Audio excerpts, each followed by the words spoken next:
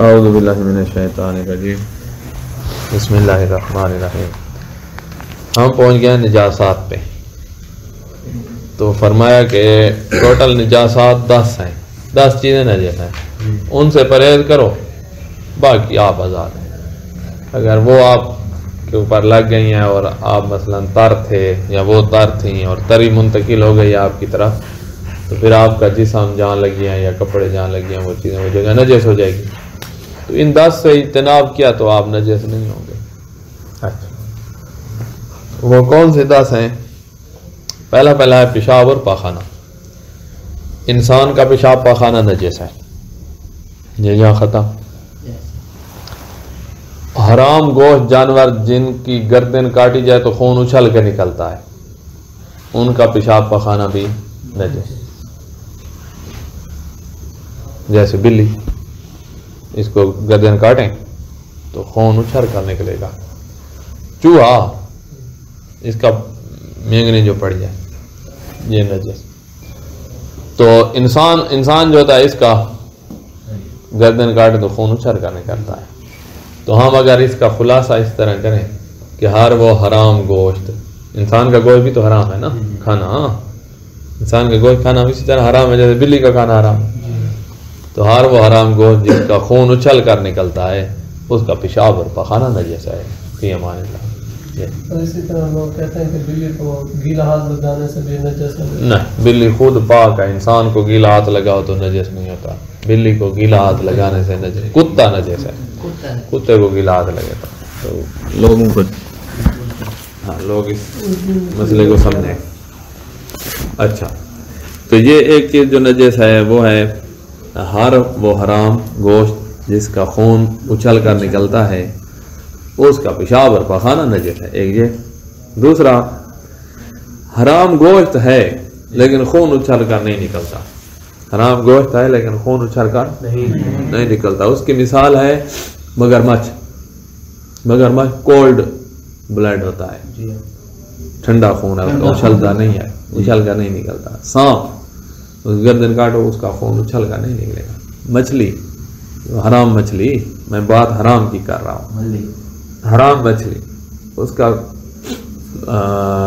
خون اچھل کر نہیں نکلتا۔ حرام مچھلی جانتے ہو نا، جس کے چھلکے نہیں ہوتے وہ حرام ہے، جس کے چھلکے ہوتے ہیں وہ حلال ہے۔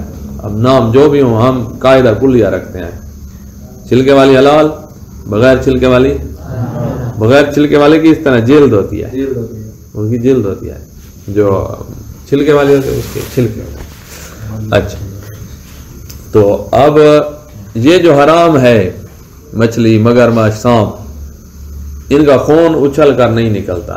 یہ جو اچھل کر خون نکلتا ہے، اس خون کو کہتے ہیں خون جہندہ، خون جس کا خون جہندہ نہیں ہے لیکن ہے حرام، جیسے سانپ اور مگرمچھ، ان کا پاخانہ پاک ہے۔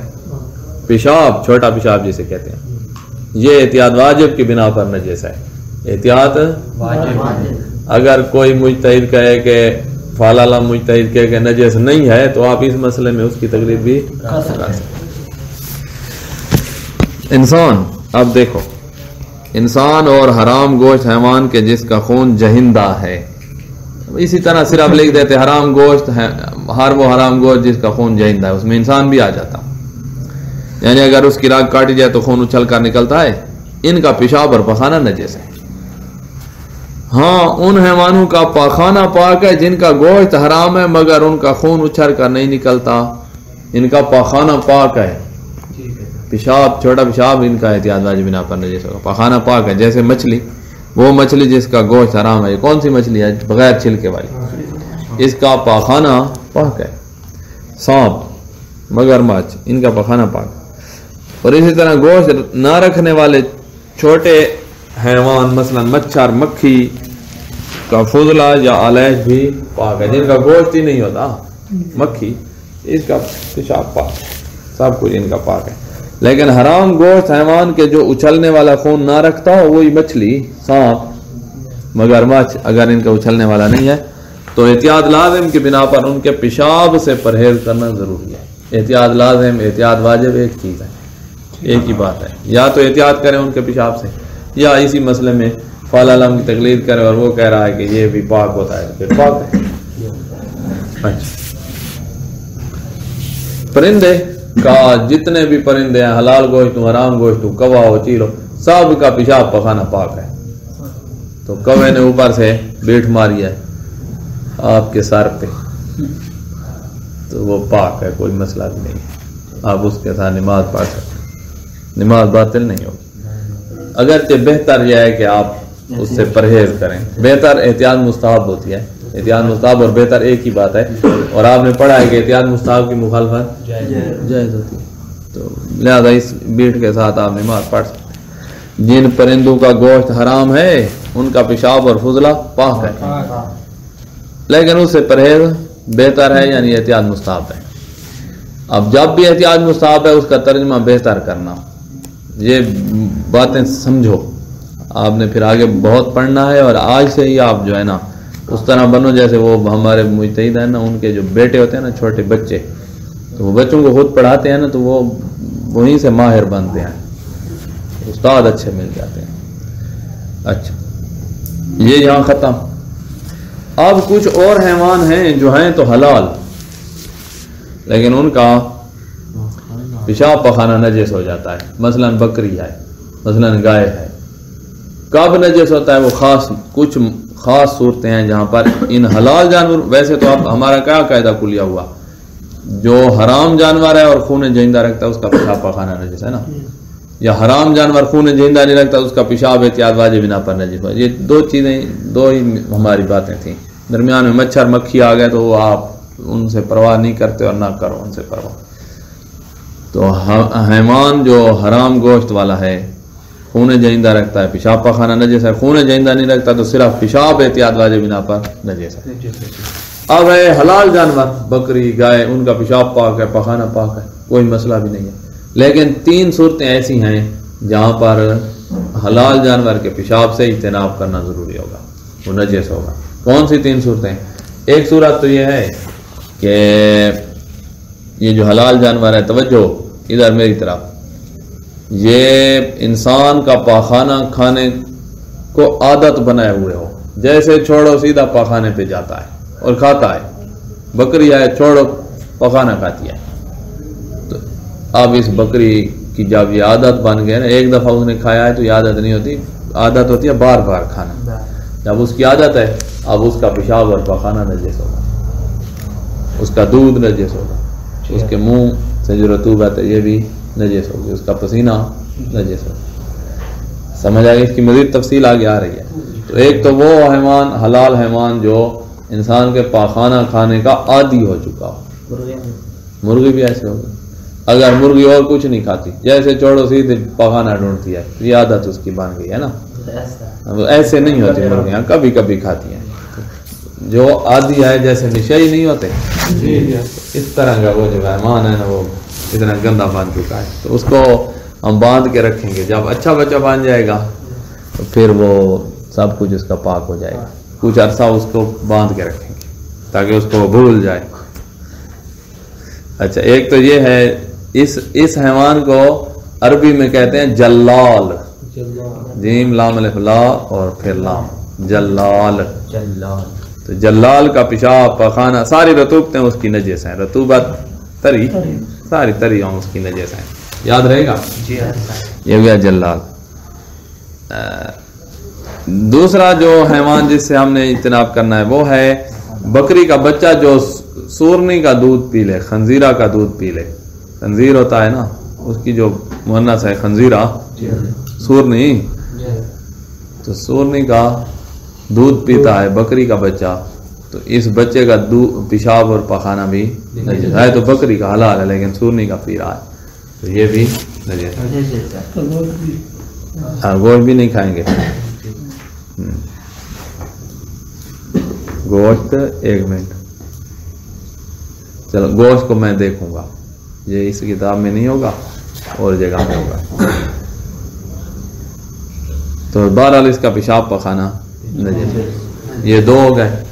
تیسرا، اگر کسی حیوان کے ساتھ انسان نے بدفعلی کی ہے، کسی حیوان کے ساتھ انسان نے بدفعلی کر دیا، مثلا خدا نخواستہ کسی نے بکری کے ساتھ، حلال حیوانوں کی میں بات کر رہا ہوں، حرام کا پیشاب پخانا پہلے سے ہی نجس ہے، حلال کا پاک ہوتا ہے لیکن انسان نے اسے بدفعلی کر دیا ہے تو اب اس کا پیشاب پخانا نجس ہوگا.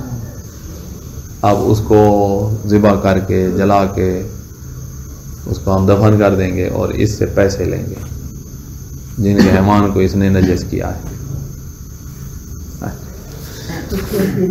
جی عربی میں ان کا نام اس کا نام ہے موتو. ایک ہو گیا پہلا ہو گیا جلال جو پخانا کھاتا ہے، دوسرا ہے رضی الخنزیرہ ریزواد یہ عین رضی کہتے ہیں دودھ پینے والے،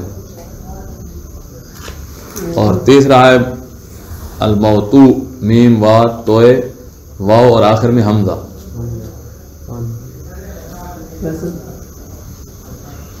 ماؤ میم زبر و ماؤ میم واو توئے واو اور حمزہ ماؤ تو تے واو اور حمزہ. یہ جو تین ہیں میم وا توئے این نہیں ہے نا، ماؤ میم وا ماؤ توئے وا اور حمزہ ماؤ تو. یہ موتو ہے وتی سے آئے، وتی دخول کرنے کو، تو موتو حیوان جو ہے انسان، موتول انسان یہ جو ہیں. بہرحال یہ تین ہیں جو ان کا پیشاب پخانا نجس. اب پڑھیں آگے مسئلہ.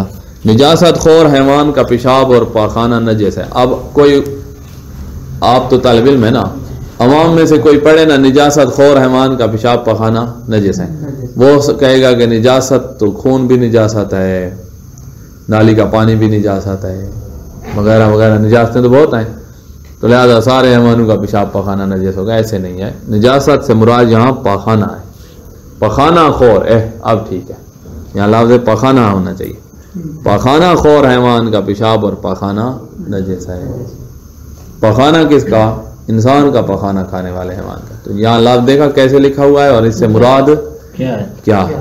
تو یہ آپ طالب علم جو ہے ابھی سے آپ چونکہ دقیق مان رہے ہیں، عوام جب ان کتابوں کو پڑھیں ان کو سمجھ نہیں آتا. آپ اگر وہ کسی میں کہ نجس خون کو وہ نہیں ہوگا. ہاں خون کو کھاتی ہے مرغی، جیسے کہتے ہیں آج کل فارم میں وہ خون ملی غذا ہوتی ہے. اگر حرام جانور کا جو پیشاب پخانا نجس ہے، اگر وہ ہوتی ہے پھر اس کا نجس نہیں ہوگا، صرف انسان کا، صرف انسان کا، اور پیشاب بھی نہیں پخانا. تو یہاں پر نجاست خور سے مراد، نجاست سے مراد انسان کا پخانا ہے اور کوئی نجاست نہیں ہے. نجاست خور حیوان کا پیشاب اور پخانا نجس ہے. اور اسی طرح اس بکری کے بچے کا پیشاب اور پخانا جس نے سورنی کا دودھ پیا ہو نجس ہے، جس کی تفصیل کھانے پینے کے احکام میں آگے آئے گی 3 جلد میں. اسی طرح اس حیوان کا پیشاب اور پخانا بھی نجس ہے جس سے کسی انسان نے بدفعلی کی. یہ تینوں حلال حیوان ہیں، تینوں کا پیشاب پخانا نجس ہے. آپ کہیں حرام حیوان سے کسی انسان نے بدفعلی کی ہو تو اس کی بدفعلی سے پہلے ہی اس کا نجس ہے پیشاب پخانا. انسان بدفعلی نہ بھی کرے اس کا پیشاب پخانا پہلے سے ہی نجس ہے. تو ہم یہاں حلال کی بات کر رہے ہیں. مسئلہ نمبر 83 میں یہ جو بکری کا بچہ سورنی کا دودھ پیتا ہے، اس کا ساری زندگی یہ نجس ہوگا یا کوئی وقت کے لیے ہوگا؟ یہ اس کی لگتا ہے ساری زندگی کا، کیونکہ جس کا کچھ وقت کے لیے ہوتا ہے نا اس کا طریقہ کار شریعت نے ذکر کیا ہے کہ اس کا کیسے پاک کرنا ہے. تو جیسے نجاست کھانے والے کو ہم باندھ کے رکھیں گے تو اس کا پاک ہو جائے گا.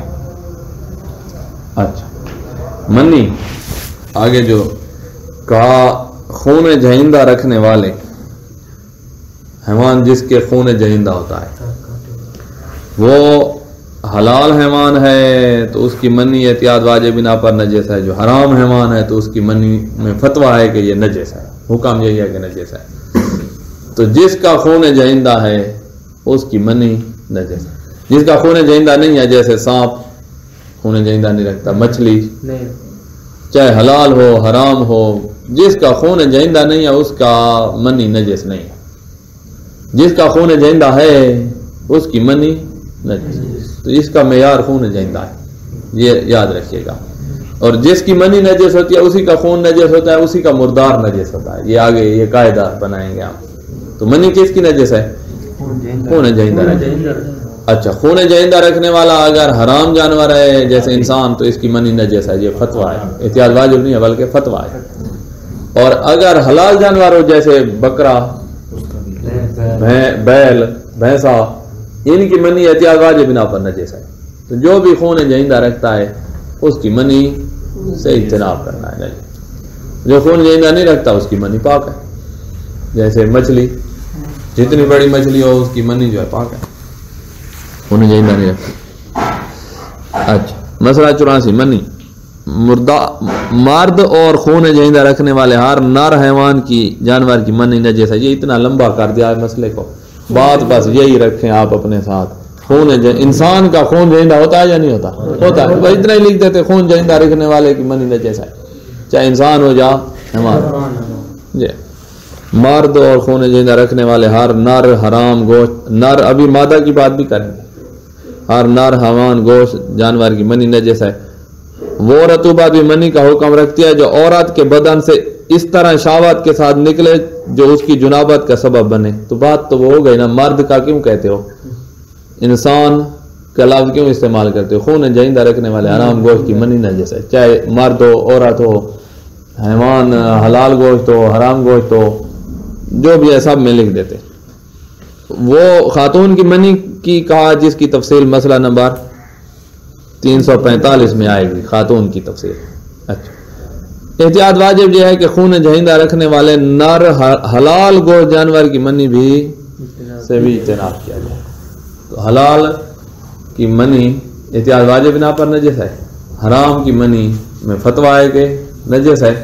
جو بھی خون جہندہ رکھتا ہے اس کی منی سے اجتناب کرنا ہے، بس بات ختم. اس میں ایک لائن ہو سکتی تھی، تو ہم یہ ایک لائن بناتے ہیں تاکہ وہ یاد رہے اور پھر آگے مسئلہ سیٹ کر کے دینا یہ آسان ہوتا ہے. جو بکرا اور ان کے سے اجتناب کرنا چاہیے، ان سے اجتناب احتیاط واجب ہے. یعنی احتیاط واجب بنا پر ان کی منی نجس ہے، احتیاط واجب بنا پر نجس ہے.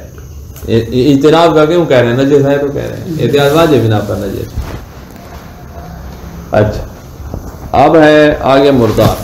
تو وہی بات جو جس کی منی نجس اس کا مردار بھی نجس، یہ قاعدہ ہے. جس کا مردار نجس اس کا خون بھی نجس. یہ جس کی منی نجس اس کا مردار اور خون نجس. اب اس میں کیا قاعدہ ہے؟ خون جہندہ جو بھی رکھتا ہے اس کا مردار نجس ہے، اور جو خون جہندہ نہیں رکھتا اس کا مردار پاک ہے. مری ہوئی مچھلی کھڑی ہے پانی میں، وہ مری ہوئی مچھلی ہے وہ پاک ہے، پاک ہے کیونکہ اس کا خون جہندہ ہی نہیں ہے. مردار تو اس کا نجس ہوتا ہے جس کا خون جہندہ ہوتا ہے، اس کا خون جہندہ نہیں ہے، اس کا مردار پاک ہے. حلال کا تعلق کھانے پینے سے ہے، اس کا کھانا تو حرام ہے نا، لیکن اس کو ہاتھ لگائے تو آپ کا ہاتھ نجس نہیں ہوگا، آپ اسی ہاتھ سے نماز دھونے کی ضرورت نہیں. اچھا انسان کی اور اچھلنے والے خون رکھنے والے ہر حیوان کی لاش نجس ہے. آپ کہیں کہ خون جہندہ والے حیوان کی، ہر خون جہندہ والے کی لاش نجس ہے. جو ہاں آپ نے حیوان کو شرعی طریقے سے ذبح کر لیا تو پھر تو وہ مردار ہی نہیں ہے نا، وہ تو حلال ہے. خواہ وہ قدرتی طور پر خود مرا ہو یا شرعی طریقے کے علاوہ کسی اور طریقے سے اسے ذبح کیا گیا ہو غیر شرعی طریقے سے، تو وہ مردار ہے. آپ نے ذبح کیا ہے لیکن اس کی آپ کی چھری لوہے کی نہیں ہے مثلا، یا ذبح کرنے والا جو ہے وہ مسلمان نہیں ہے مثلا، یا اس نے قبلہ رخ ہو کر نہیں کیا ہے، جان بوجھ کر اور طرف کر دیا ہے، یا تکبیر جان بوجھ کے نہیں پڑھی ہے، تو وہ ذبح تو کر دیا لیکن شرعی طریقے سے نہیں ہوا، تو یہ بھی مردار ہے. ٹھیک ہے. تو مردار جو ہے جو بھی خون جہندہ رکھنے والا ہے اس مردار کی لاش نجس، پوری پھر نجس، لاش پوری نجس. اچھا اب سوال یہ ہے، اور مچھلی آپ نیچے دیکھیں، مچھلی چونکہ اچھلنے والا خون نہیں رکھتی، اگرچہ پانی میں مر جائے تو بھی پاک ہے کیونکہ وہ خون جہندہ ہی نہیں رکھتی. تو معیار اس میں کیا ہے؟ خون جہندہ. اچھا اب سوال ہے مردار کے وہ اجزاء جن میں جان نہیں ہوتی، جیسے بال آپ کاٹ لیں حیوان کو پتہ بھی نہیں چلتا کہ میرے بال کٹ گئے ہیں، یا آپ کے بال جب نہیں کاٹ رہا ہوتا ہے تو آپ کو پتہ چلتا ہے، چلتا ہے، درد ہوتا ہے،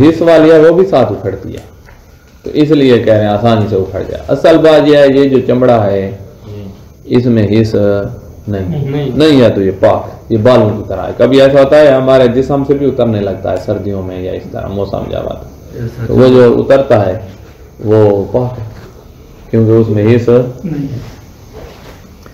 اچھا کہاں تھے؟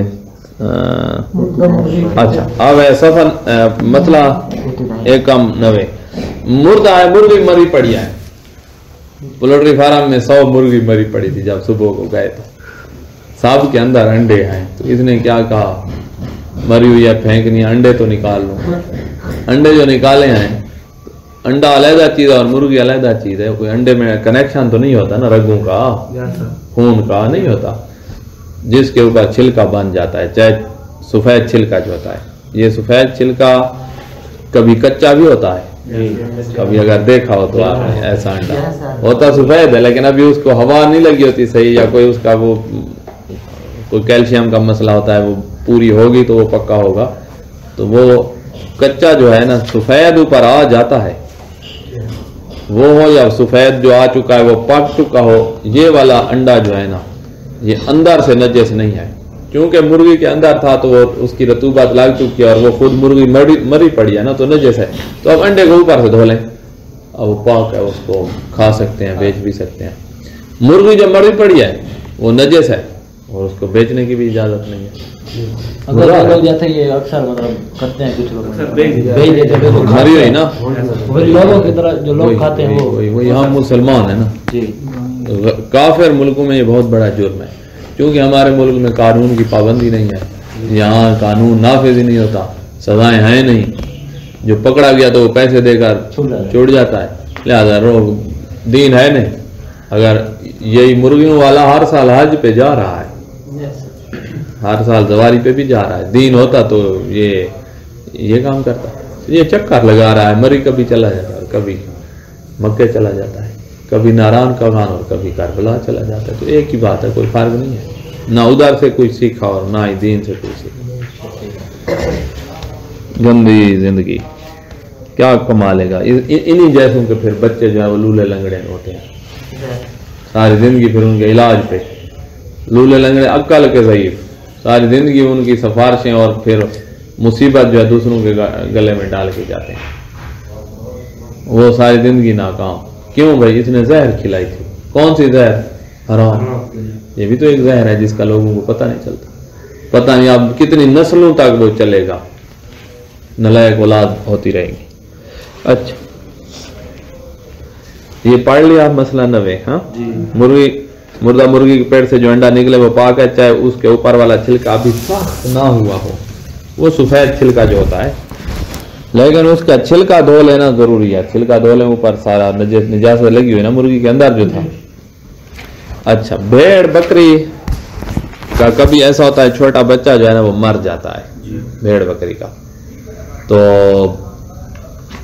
اس کے جو میدا ہوتا ہے نا، میدا وہ جو دودھ پی چکا ہوتا ہے اس کے میدے میں وہ دہی کی طرح بنا ہوا ہوتا ہے دودھ،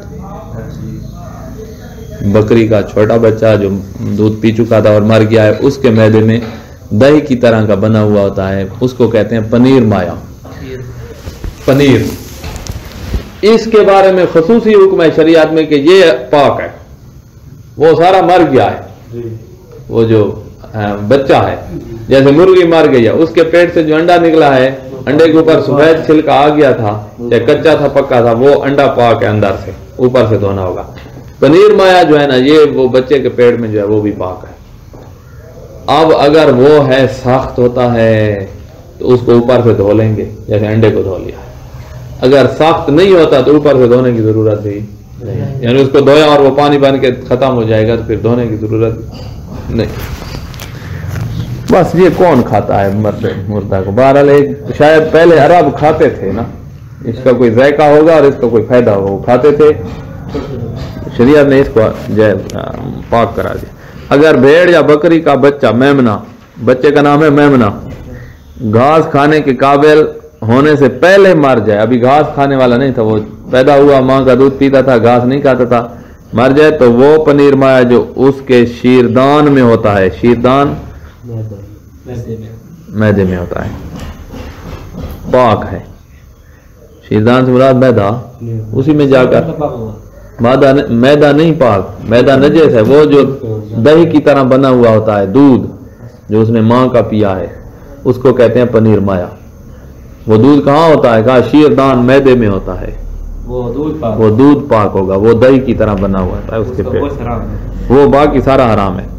لیکن اگر ثابت نہ ہو سکے کہ یہ عموماً مائع ہوتا ہے، یہ ہر کے پیٹ میں مائع ہوتا ہے یا اسی کے پیٹ میں مائع ہے، اگر یہ ثابت نہ ہو سکے کہ یہ مائع ہوتا ہے تو ضروری ہے کہ اس کا ظاہر دھو لیا جائے جو مردار کے بدن سے مس ہو چکا ہے، وہ میدے سے مس ہو چکا ہے نا، تو اس کا اوپر والا حصہ دھو لیں جیسے انڈے کو اوپر کو دھویا۔ اور اگر یہ ثابت ہو جائے کہ بھائی جو بھی مردار بچہ ملے گا اس کا پیٹ چاک کرو گے اور وہ نکالو گے پنیر، تو وہ ہوتا ہی مائع شکل میں ہے، وہ تو ٹھوس شکل میں ہوتا ہی نہیں ہے، وہ تو نہیں دھل سکتا۔ اگر سب کا اسی طرح ہوتا ہے تو پھر دھونا ضروری نہیں ہوگا۔ اور اگر ایسے ہوتا ہے کہ سب کا ٹھوس ہوتا ہے، بس اسی کا مائع ہے جو آج ہم نے کاٹا ہے، تو اس کو پھر ہم نہیں کھائیں گے، یہ چونکہ وہ سارا پانی کی طرح ہے تو وہ کیسے دھوئیں گے۔ اچھا، اب ہے کہ دوائیاں، عطر، روغن سے مراد تیل گھی کھانے والا، جوتوں کی پالش، صابن، یہ جو غیر اسلامی ممالک سے آتے ہیں یہ پاک ہوں گے یا نجس ہوں گے؟ کافر نجس ہوتا ہے، ہو سکتا ہے تر ہاتھ اس نے لگائے ہوں اور اوپر دستانے بھی چاڑے ہوئے نہ ہو سکتا ہے نا، وغیرہ وغیرہ، تو یہ نجس ہوں گی چیزیں جو غیر ملک سے آ رہی ہیں یا یہ پاک ہوں گی؟ قاعدہ طہارت کیا تھا؟ نہیں، استصحاب یہاں نہیں ہوگا، نہیں، جب تک کسی چیز کے نجس ہونے کا یقین نہ ہو جائے چیز پاک ہوتی ہے، یہ قاعدہ طہارت، تو یہاں وہی قاعدہ طہارت جاری ہوگا۔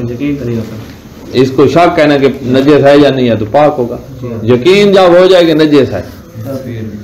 ہندو نے اپنے ہاتھوں سے آٹا گوندا ہے تو وہ ہاتھ بھی نجس، آٹا بھی نجس، روٹی بھی نجس، تو یہ تو پھر نجس ہے۔ دوائیاں، عطر، روغن یعنی تیل گھی، آگے لکھا ہوا ہے، جوتوں کی پالش، صابن جنہیں غیر اسلامی ممالک سے درآمد کیا جاتا ہے، اگر ان کی نجاست کے بارے میں یقین نہ ہو تو وہ پاک ہیں۔ اگر آپ کو یقین ہو کہ یہ نجس ہیں، ایسے یقین ہو جیسے ابھی دن ہے اور آپ کو یقین ہے کہ دن ہے، تو پھر جو ہے وہ نجس ہوں گے ورنہ پاک ہوں گے۔ یہ ایک آخری ایک مسئلہ ہے جو بچ گیا ہے، اس کو ہم بعد میں پڑھ لیں گے۔ الحمدللہ۔